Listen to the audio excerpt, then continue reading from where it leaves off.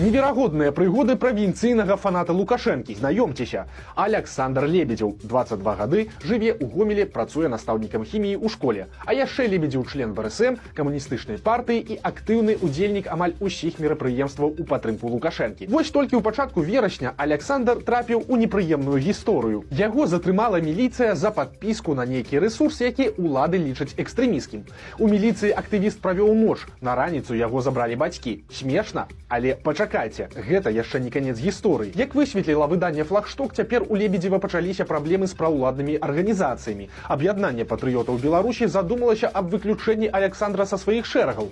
Яго выпадак разглядаўся як быццам на камсамольскім сходзе.